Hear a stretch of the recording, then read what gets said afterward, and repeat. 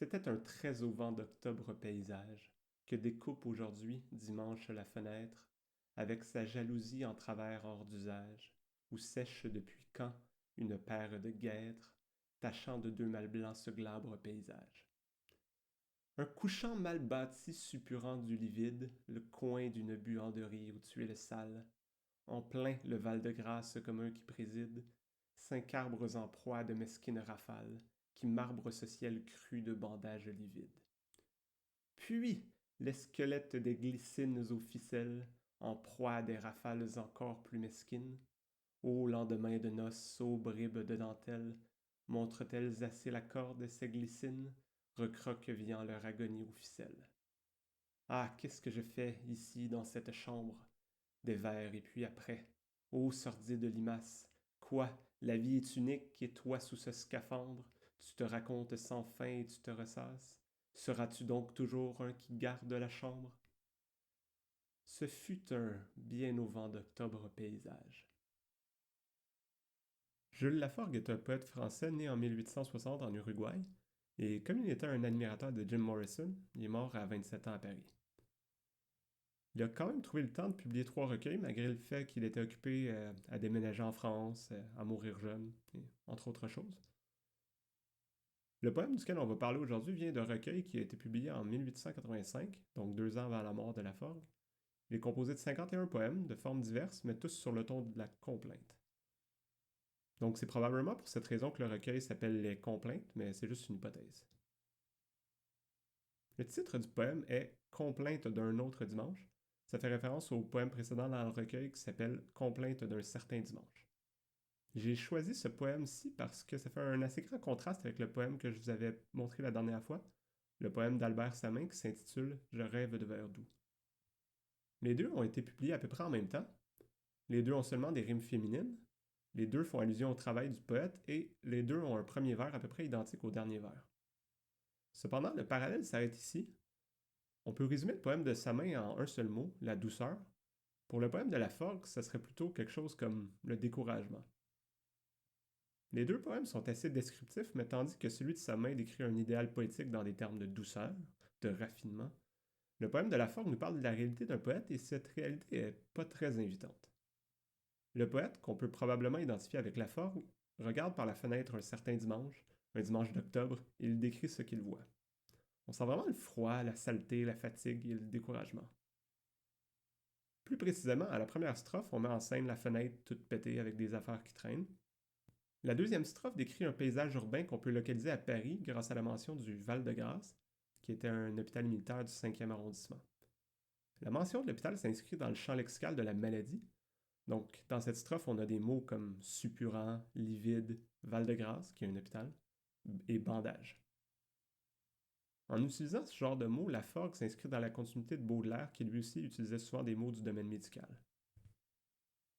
À la troisième strophe, on parle de glycine, qui est une plante grimpante avec des fleurs. Donc on peut se dire, on parle de fleurs, ça devrait rendre le paysage un peu plus joyeux, non?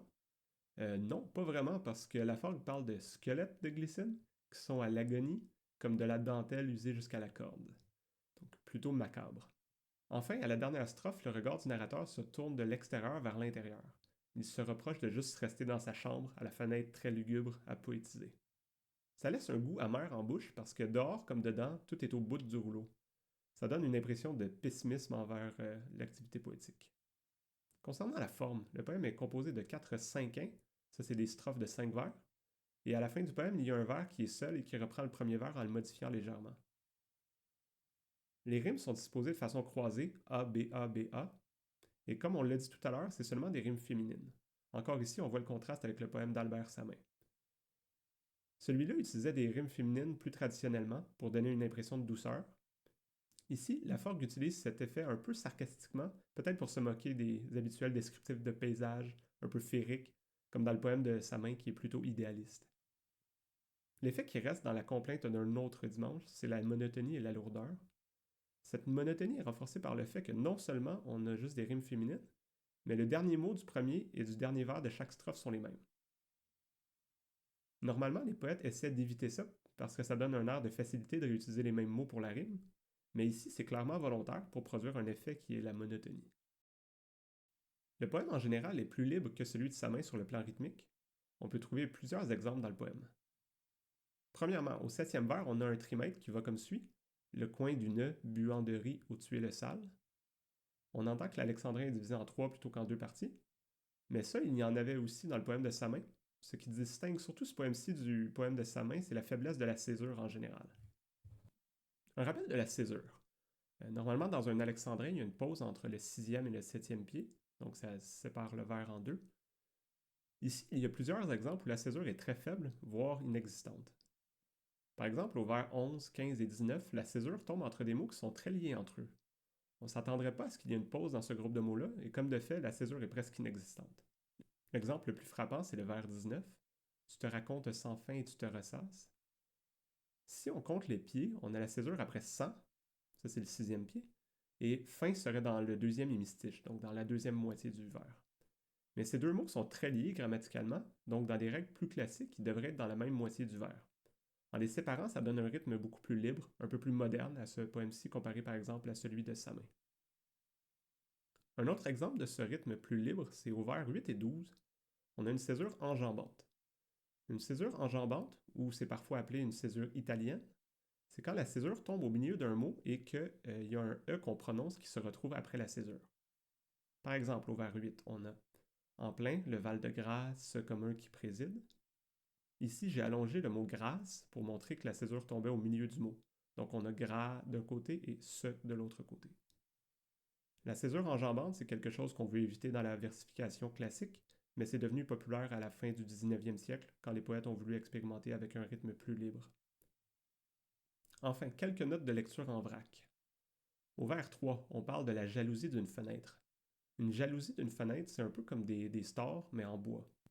Mais on joue aussi avec le sens usuel du mot jalousie, ça sert à intensifier l'atmosphère du poème. Une atmosphère malsaine, donc jalousie, ça s'inscrit là-dedans.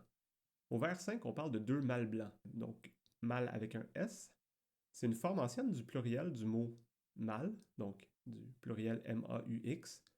Je ne sais pas pourquoi la forgue utilise mâle avec un S plutôt que mot M-A-U-X, les deux entreraient dans l'alexandrin. Le vers 6, un couchant mal bâti suppurant du livide. C'est le point qui m'a accroché dans le poème la première fois que je l'ai lu. On sent vraiment la déprime du dimanche d'automne.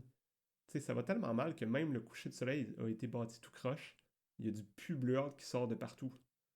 Je trouve ça très efficace pour évoquer l'atmosphère de désespoir. Au vers 12, on voit le mot encore écrit sans un E.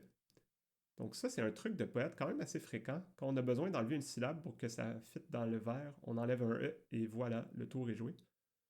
Vous allez me dire, c'est un peu de la triche, mais qu'est-ce que vous voulez? Les poètes sont comme ça, on peut pas les truster. Enfin, le dernier vers du poème. Ça reprend le premier vers en changeant l'imparfait était pour le passé simple fut. Comme le passé simple, c'est normalement utilisé pour les choses passées qui sont sans relation avec le présent, vraiment terminées, on pourrait tenter une interprétation optimiste en disant que le narrateur, suite à sa remise en question de la dernière strophe, a réussi à mettre ce certain dimanche derrière lui et passer à autre chose. Mais comme beaucoup de poèmes de Laforgue ont le même ton grinçant entre humour et désespoir, on pourrait en douter.